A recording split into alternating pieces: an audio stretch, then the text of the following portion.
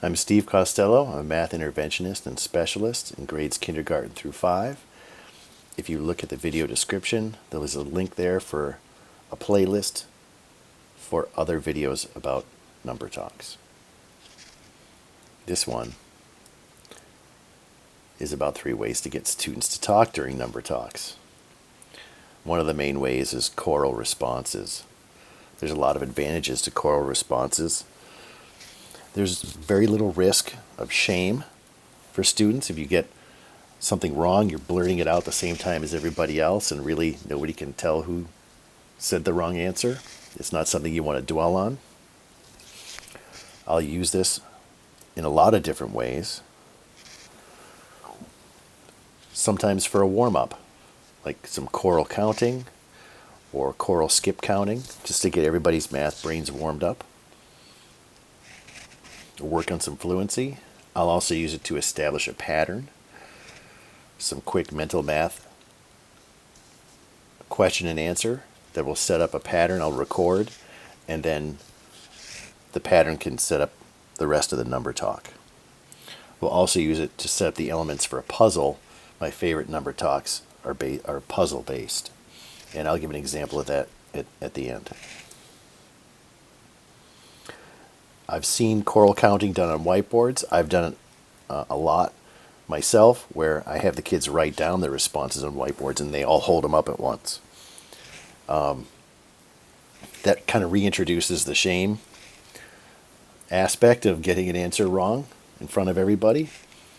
I don't like to use whiteboards except if they have to draw something, or I want them to write down a vocabulary word, spell it out.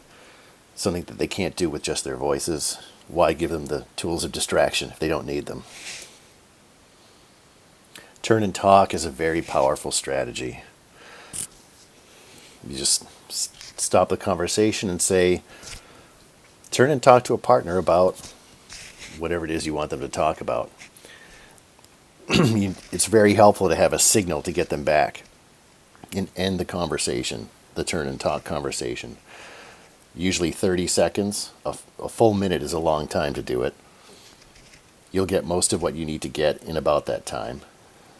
Dust off those old responsive classroom chimes and bring them back. Those are awesome for signals to end turn and talks. And then move your math talk, your number talk forward. I have a rule of 3 for number talks because they do take some time to get in and out of. That is, you're trying to get this done in 15 minutes or less.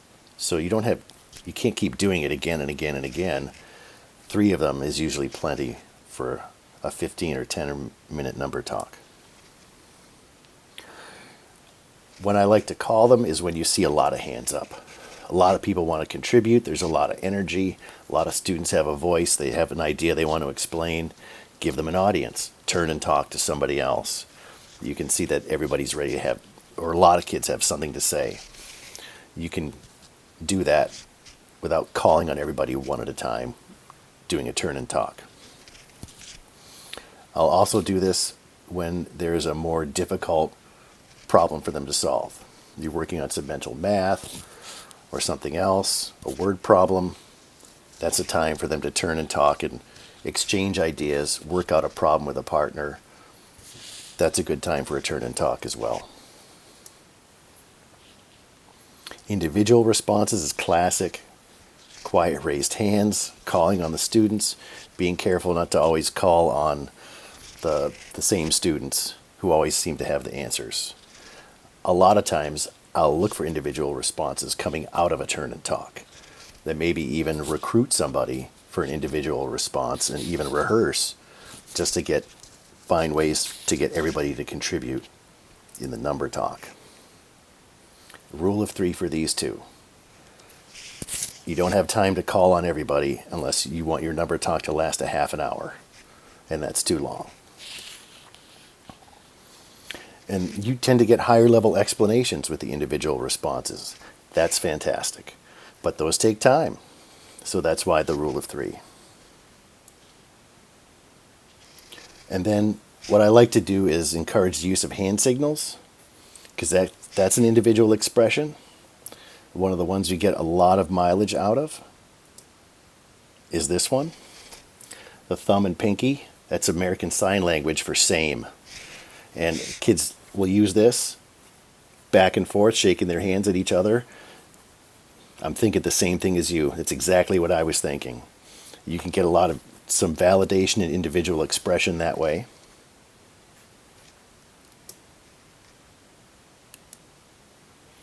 I have rephrasing here, and I think about rephrasing in a couple of different ways. Students will often rephrase each other. So you call on Niles, and he gives a good explanation of his mathematical thinking. Rita has her hand up. You call on her next, and she says very similar to what Niles just said. I'll tell Rita, that sounds a lot like what Niles just said, but you said it a little bit differently.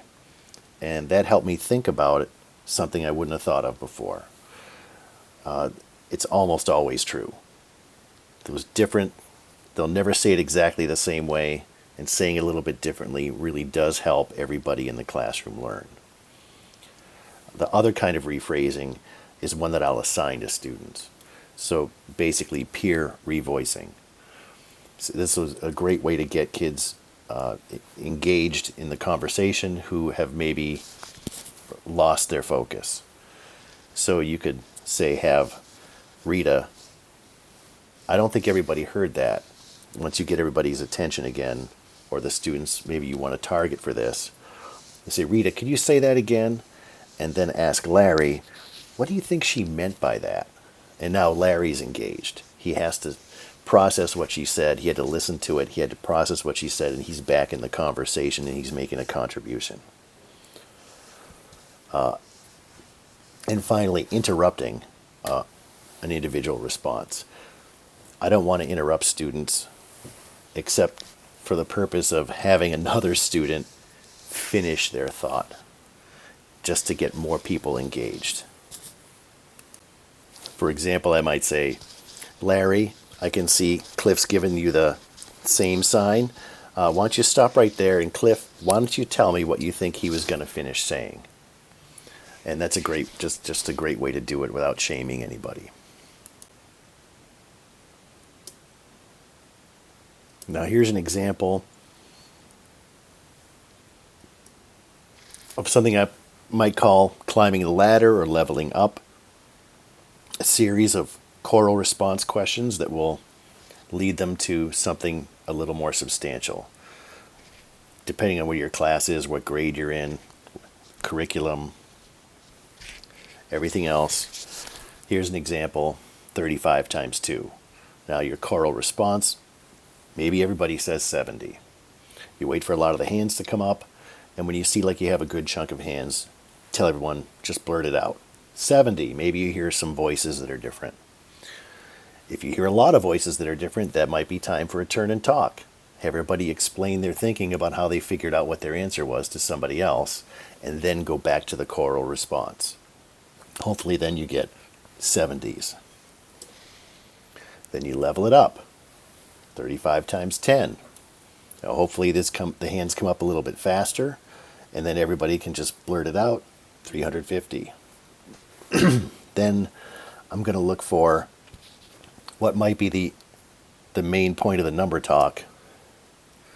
35 times 20. So you see how I've leveled them up to this part, that where if I had started with 35 times 20, many of my class might have been overwhelmed.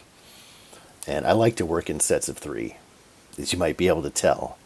It feels to me like the third one is the conclusion of a syllogism, or the third line in a haiku that just kind of ties the first two together and connects them. You might want to stop and just have a turn and talk and not do a choral response for this. Have a turn and talk so everybody can talk about what their mental process was for figuring out, and how they used what they learned from the first 2 examples to put that together. There might be a case where you're trying to do a lot more, and your goal involves this. You've been trying to get them all the way up to this. So now they really have to turn and talk for this one to work something out. They may have to share ideas and solve it in mental steps, while they voice it to a partner.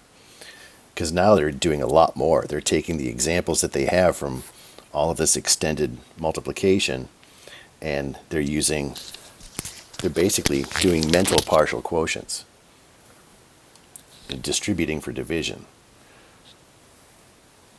Much more complicated. You could go into a turn and talk for that, and then go to, out of the turn and talk, take some individual responses for how the partners figured out their answer. And you might go through 2 or 3 answers there, and then hopefully your number talk is going to be right around 15 minutes or less, because you want to get that done in that time frame. So there you have individual responses, choral responses, turn and talks, your 3 most powerful tools for getting students to talk in number talks.